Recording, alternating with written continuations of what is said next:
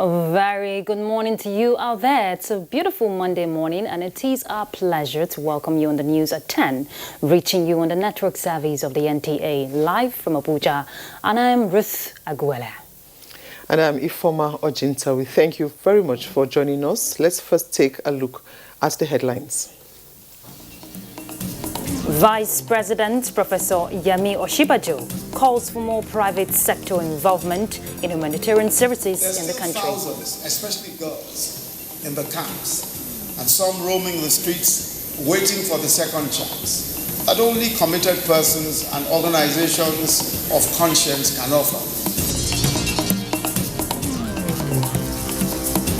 Federal government to establish 2 milk processing plants in Jigawa to engage herders for economic sustainability.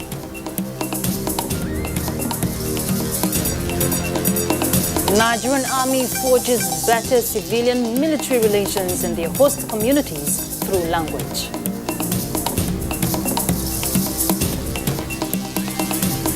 Plus, churches in Abuja joins others across the nation for peaceful processions and prayers on ending the threats of insecurity in Nigeria.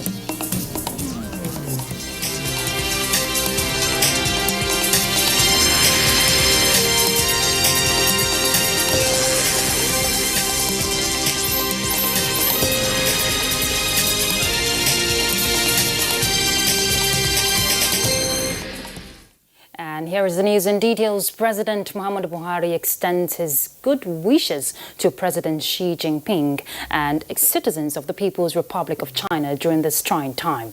China's efforts to contain the spread of the coronavirus have been exemplary, as well as the country's collaboration with international agencies and other countries on the matter. President Buhari notes that China has been exceptionally supportive of Nigeria and Africa, and even more so in recent years. Therefore, it is important to let China know that Nigeria and her citizens are also standing by them during this outbreak. With all the efforts being put in, the president acknowledged that it is only a matter of time before this nightmare passes. A statement by the senior special assistant to the president on media and publicity, Garba Shehu, says President Buhari uses this opportunity to thank Nigerians for their hospitality towards the Chinese nationals in the country and for not letting the coronavirus outbreak create any disturbance or disrupt the peaceful coexistence between Nigeria and China. The president prays that God will comfort the Chinese and others who have already lost family members and loved ones to the disease.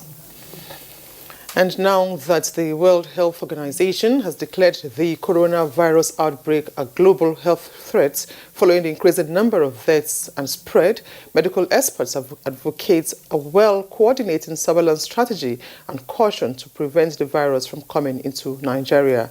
The experts' view is put together by correspondent Udwak Etim. World Health Organization has it that China has reported more than 7,800 cases of coronavirus, including 170 deaths. 18 other countries have since reported cases, as scientists race to understand how exactly the virus is spreading and how severe it is. Medical experts in Uyo noted that there is significant evidence that the virus is transmitting among people, and so the need to ensure a measured and evidence-based response is apt. People traveling from other countries to Nigeria, whether they are indigenes or foreigners, they should be aware they are quarantined. We need to strengthen that to the port health services and ensure that facilities are made available at our borders that can easily detect individuals with those symptoms. Although public health agencies in Nigeria are on high alert since the spread of coronavirus in other countries of the world, medical experts say it is pertinent for the federal government to channel resources to the health sector to work towards emergencies. The same measures that are taken at the airport should also be extended to these other entry points into the country so that we'll be able to protect ourselves. At the different hospitals, there's a lot of preparedness among all the healthcare people to make sure that any case is properly contained, so people should not panic. Medical experts, however, advise Nigerians to align strictly with the federal government directive that Nigerians and other persons in the country intending to travel to China should delay such plans until further notice. In Uyo, Uduak Etam, NTA News. And a look at Humanitarian Services, Vice President Professor Yemi Oshibajo has called on corporate bodies and well-meaning Nigerians to support the humanitarian services going on at the various IDP camps. The Vice President at a fundraising held in Lagos for indigent students says more involvement of the private sector will play a key role in taking thousands of boys and girls off the streets and the IDP camps. State House correspondent Jide Onifade reports. As the Vice President observes, most of the humanitarian services are provided by international non-governmental organizations supporting the federal government towards rebuilding the devastated areas, but describes the local private response as still so little. The tragedy of conflict and its outcomes in poverty and displacement is stark. Governments alone cannot handle it. There are still work to be done, Vice President Yemi Oshibajo calls, underlining the significance of joint efforts towards addressing the challenge of poverty in affected areas. And the best efforts of the Borno State government, the former and present governors, by the way, are outstanding public servants, and the state is certainly fortunate to have them. But so much more is left undone. So much more still needs to be done. There are still thousands, especially girls, in the camps, and some roaming the streets waiting for the second chance that only committed persons and organizations of conscience can offer. And so I urge you to join in that effort as soon as possible. The Vice President commends organizers for their commitment to promoting quality education over the last 3 decades. The First Lady is particularly... The First Lady, Aisha Buhari, was represented at the occasion, received commendation for the promotion of the well-being of women and children in the country. Jude Onifate, NT News. Let's talk intellectual property. Are you one of those that are always busy with the tight schedules, and when you're back home, you want to whip up food in minutes? Well, this next story will interest you, as one Nigerian researcher has solved that puzzle. She is among 56 other researchers who have received patent rights for their ingenuity in finding ways to solve problems through amazing inventions and innovations. This intellectual property rights and training is at the instance of the National Office for Technology and Acquisition Promotion, NOTAP. Justin Bem Unyi has details on this. Okay. In fact, I have 45 different types of soup in my book to invent. Okay. But I just came out with 10 different types now. Okay. NAFDAC satisfied, SUN satisfied, and FDA satisfied. She saw a problem, got worried, sought for a solution through research work, and now here is the result. Priscilla Ekosayato has been able to produce more than 10 different soup mix varieties that can last for 7 months and can be swiftly made in 5 minutes. When you see some of our youth nowadays, they don't know how to cook good soup. Some of our men, when their wife travel, they will be starving. So I thought about all these ones to relieve people from eating junks. Priscilla here joins 57 others with their unique research findings and innovations after being trained on intellectual property rights and writing skills for grant-winning proposals, having received patents from the National Office for Technology Acquisition Promotion, NOTAP. Nigerian researchers have been making efforts to rise to the challenge of evolving technologies that will help the nation's quest to tilt towards a research and innovation-based economy. And government is encouraging them to strengthen the culture of protecting intellectual property by patenting to foster commercialization. These are the challenges the present government of President Muhammadu Buhari is emphasizing on linkages between research institutions, academia, and industry, with a view to commercializing research findings that are valuable and rich and could equally translate to commercial activities. Linkages between research institutions, academia, and industry, which has been lacking, is intensified with the NOTAP Industry Technology Transfer Fellowship NITTF initiative, having today handed over another thesis of a graduate fellow to the sponsoring company for possible commercialization. Yeah, the invention, you see, if a child is weaned, you understand, it needs some kind of food that has a lot of nutritive value. And this lady worked on that. And she's been able to formulate a very good winning food, which maybe Nestle may be able to commercialize it. So this is the part of partnership between researchers and the private sector.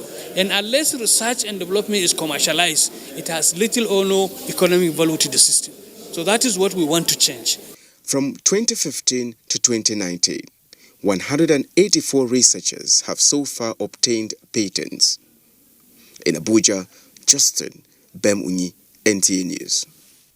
And joining us in the studio to discuss further on research, innovation and intellectual property rights is Dr. Dan Azumi Ibrahim. He's a DG, National Office for Technology Acquisition Promotion, NOTAP. Thank you very much for joining us, Dr. Ibrahim, on the news. Thank you. Good morning, everybody. Now, you gave Priscilla and 56 other researchers patent rights for finding ways to solve problems through inventions and innovations. What are your thoughts regarding these inventors and their innovations? Yeah, first of all, I would like to correct the impression that we don't issue patents, but we assist researchers to patent their technology so that they protect their intellectual assets. Issuance of patents is by the patent registry, not NOTAP, but NOTAP is trying to fill a gap. We realize that most of the innovations and inventions done by Nigerians are not patented, and so long as they are not protected, they may not be commercialized. Commercialization of any research and development effort is by the private sector, and no any private sector would put his or her own money where the intellectual asset is not protected.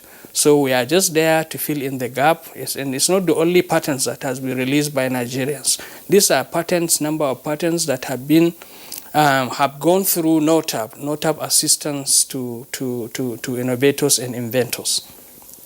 Now, what does this mean, for Priscilla and others like her? And what is NOTAP doing to encourage more inventors in the country? Yeah, actually, this lady came out with quite a number of formulations that have potentials to translate into multi-million naira industry. What normally happens is people go to trade fairs, expose all their secrets to the public. If you expose your secret to the public, it's like you are throwing away your intellectual asset. So what we did was to bring them to ensure that they are well trained on how to go about protecting their intellectual assets. This product she has brought, she can now meet with a private sector who has money to now begin to scale it up to the industrial level. You can see some of these packaged foods. For some of us who sometimes travel outside the country, if you are maybe in Asia, by the time you spend 4 or 5 days, you begin to lose the taste of their food. You would like to have food that is really original, Nigerian original food. So this packaged food can be exported outside the country. What you only need to do is to add some warm water. The direction is there. Now we are home in a foreign land. So actually they begin to understand the need to protect. If she doesn't protect it, somebody can get the formulation and begins, before you realize it, begins to manufacture these products and sending them outside the country as export. Okay. So Nigeria cannot continue to consume other people's work, other people's technology. We need to begin to export. That is when we will make money. That is when we will be able to overcome challenges of unemployment in this country. And you mentioned commercialization earlier on innovations like this, and you're also talking about Priscilla and the likes of her, getting the private sector involved. What is the synergy like? How can these partnerships between researchers and the private sector be built? Yes, actually, NOTAP came out with a program, NOTAP Industry Technology Transfer Fellowship. What is this? The current scenario is the researchers are looking at one side and the industries are looking at another side. And unless they come to agree, they come to terms, our research and development efforts may not be able to be translated into product and services. So as regulators, we draw the attention of the multinationals in particular to see how they can assist in developing the capacities of Nigerians to undertake credible research that can translate into product and services. This program started in 2016 with only 5 companies sponsoring 5 candidates. And the research and development of those candidates are based on the operations of those industries. One of the beneficiaries, Dr. Mrs. Esther, she's from University of Nigeria, Nsukka. She came out with an innovation that could help in overcoming some of this kwashiorkor problem when a child is weaned. And she came out with a very highly nutritive value food that could serve as a substitute for weaning food. So this thing has been fully protected by us and is being sponsored by Nestle. And Nestle now is trying to see how they can commercialize it. The idea is, so long as our researchers are not in talking terms, are not talking with the industry, the results of their research and development may for a long time remain on the shelf. So the strategy is to bring the two together. Now this research has been sponsored by Nestle. Nestle has paid for everything. And now Nestle has collected the results and looking at the results to see how now they can commercialize it. That is when we can make progress in this country. Doctor, I think that will be all for now. Thank you so very much, Dr. Dan Azumi Ibrahim, DG National Office for Technology Acquisition Promotion, DOTAP. We appreciate your time with us this morning. Thank you very much. Thank you very much. If you're just tuning in, this is the news at 10 on the network service of the NTA. We'll have to go on a break, but still ahead. How can incidents of building collapse be averted in Nigeria in 2020? We have answers and more news when we return.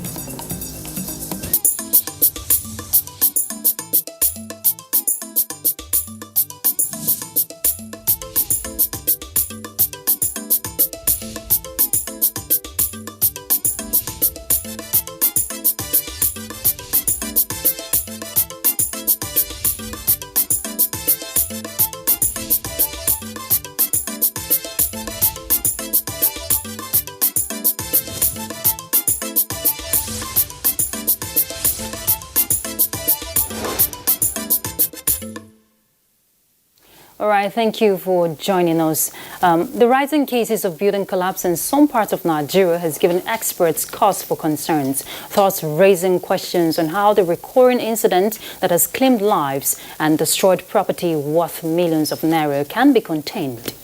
Correspondent Butuwa Miller sought to find out factors responsible for the reoccurrence and how it can be averted in the year 2020. The increasing cases of collapsed building in residential and non-residential areas across cities in Nigeria may say has reached an alarming level. Not too long ago, 2 buildings collapsed in Lagos, and just a few years back, Abuja experienced its own unfortunate incident, and that led to loss of lives and property. The big question is, how can we make this disturbing trend a thing of the past? Yes, actually that is why we have taken a proactive measure in development control. Any building that is standing for more than 3-5 years, you cannot resume work until an structural integrity test is conducted on that building. If it is suitable, if it is actually stable for any additional loading, will allow you to continue. But if there are defects, you must actually remedy the defects before you continue. Otherwise, the whole building has to go for a new one. Beyond poor supervision, another major cause of building collapse, experts say, is the patronage and usage of low-quality materials in erecting buildings for both personal and commercial purposes. If you are developing for business, you have to do the requisite things to be able to deliver quality projects to the end users. So we should eschew on the thought of trying to make every kobo from things that you buy, building materials. So if the engineer recommends a certain grade of maybe steel reinforcement and all of that, it's best to adhere, to that and not go and get some cheap alternatives. Experts insist that human error is also critical, as contractors who cut corners at the expense of human safety are complicit in this worrisome trend. Now the question is, how much are gatekeepers in this industry doing to checkmate these sharp practices? Are there effective ways of monitoring for quality insurance purposes? For instance, in engineering, we have a mechanism for monitoring. But you see, monitoring of private, if you look at collapsed buildings, in the history of collapsed buildings in Nigeria, most of the buildings have been personal buildings. And quite a number of individuals are building at one time or the other. It's not possible for anybody to really monitor what they are doing. Where a building is abandoned, and then a developer is found to continue with the building without going through the integrity test. In a situation where anything happens, like actually collapse as a result of the unsuitability of that building, he is likely to lose the whole of his plot, because it is within the power of the Honorable actually Minister. And that should also to serve as actually deterrent to all people that will want to develop in Abuja without following the due process of the law. To end this, respondents maintain that government must hold regulators to account with stricter punitive policy framework for defaulters to curb this ugly trend. In Abuja, Butronila, NTA News. And joining us in the studio to discuss further on averting building collapse into the year 2020 in the country is Engineer Ali Rabiu. He's the President, Council for the Regulation of Engineering in Nigeria, Kuren. Thank you very much for joining us. Thank you very much. Now, the year 2019 recorded several incidents of building collapse. And what did you and your team find out, especially as regards the reason for it? Well, thank you very much. To actually recommend measures to avert building collapse in Nigeria, it is imperative to do a brief background review of the occurrences, causes, and perhaps casualties that have been established over the years. Since 1971, more than 280 incidences of building collapse have been recorded. 1,500 lives lost, many more injured and even maimed for life. Properties and investment destroyed, worth millions of naira destroyed. All these indeed call for concern, and concerted efforts must be put in place to curb these menaces. It is in realization of this that Council for the Regulation of Engineering in Nigeria in 2017 made to strengthen our laws in order for us to be able to tackle the issues of engineering failures generally across the country, one of which is building collapse. Okay, now I want you to tell us, what is the mandate of the government and Kuren in ensuring that such, does not occur or is reduced to its barest minimum? And what advice can you give Nigerians towards building in the future to avoid collapsed buildings? Well, like I said, we made to strengthen our laws, and fortunately, the National Assembly passed the laws, and the President of the Federal Republic of Nigeria gave assent to the law early last year.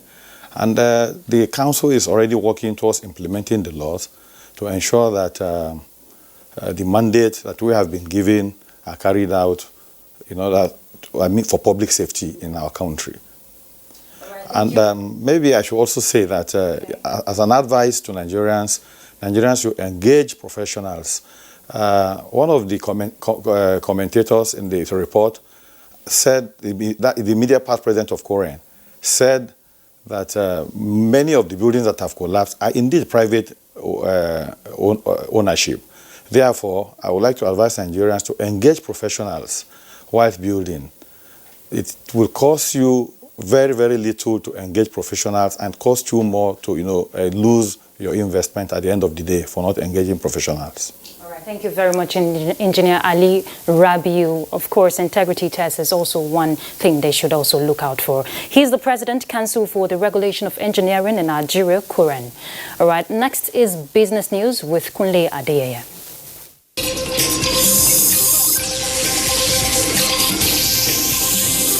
Having identified Africa as the destination of global investment, countries like Japan and Russia have shown interest in the quest to be actively involved in the continent's economic activities. The UK has now joined the League of Developed Nations showing interest in Africa. The recent UK-Africa Investment Summit shows the readiness of the country to be more active in trade across the continent. With its exit from the European Union, a deal is imminent, and Nigeria, being the largest economy in Africa, will definitely be of interest. What we'll do is what we've done. We've gone there, we've been able to, talk. What you do at that level of what you call diplomatic tourism is what the president has done, okay, to be able to reaffirm, his policy focus on fight on corruption, his policy focus on economic diversification, his policy focus on international, trade and relations. Now, having said that, it's now for us to walk the talk. And then what we're talking about us now, you're not talking about, those departments, agencies, ministries, and then, of course, the organized private sector to begin to now walk this talk. There is no, the master, the output of whatever relationship you have, the moment you call it trade, is all about profit. Some Britons have already indicated interest to invest £350 million in Nigeria's gas assets. With business news, I'm Kunle Adeyeye.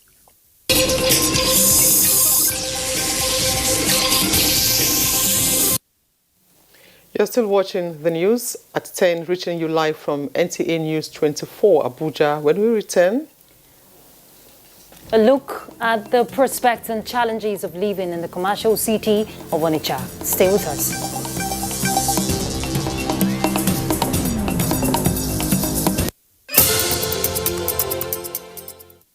On all our social media platforms: Facebook at NTA Network News, Instagram at NTA Network, Twitter at NTA News Now, YouTube at NTA News Online. All visit www.nta.ng. For live streaming, visit www.nta.ng/live. Now, you can stay updated on the go, be it on your TV, iPhone, laptop, or iPad, or download the NTA mobile application from your Play Store or App Store. NTA, you can beat the rich. Yes. Now my dirty they smell like this. Now to throw away am quick. This kind smell fit make man sick. That woman throw away dirty for ground. Me sef go do the same this time around. Hold up. See, to do this kind badness by the book, you make sure say person or the look, and then you drop am nicely, bros. Nothing will happen. Trust me. See, if you throw away dirty for ground, another person sef throw away dirty. Everybody come begin to throw away dirty for ground. Everywhere go come dey smell. Gutter go block, road go block, and you will like to dey dab. I am say no more dabbing for you be that too. Dab.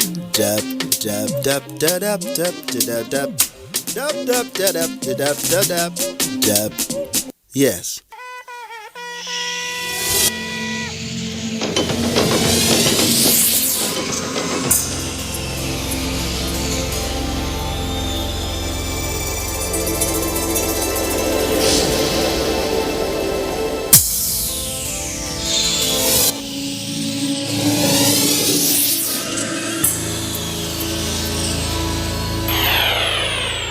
NTA, you can't beat the rich.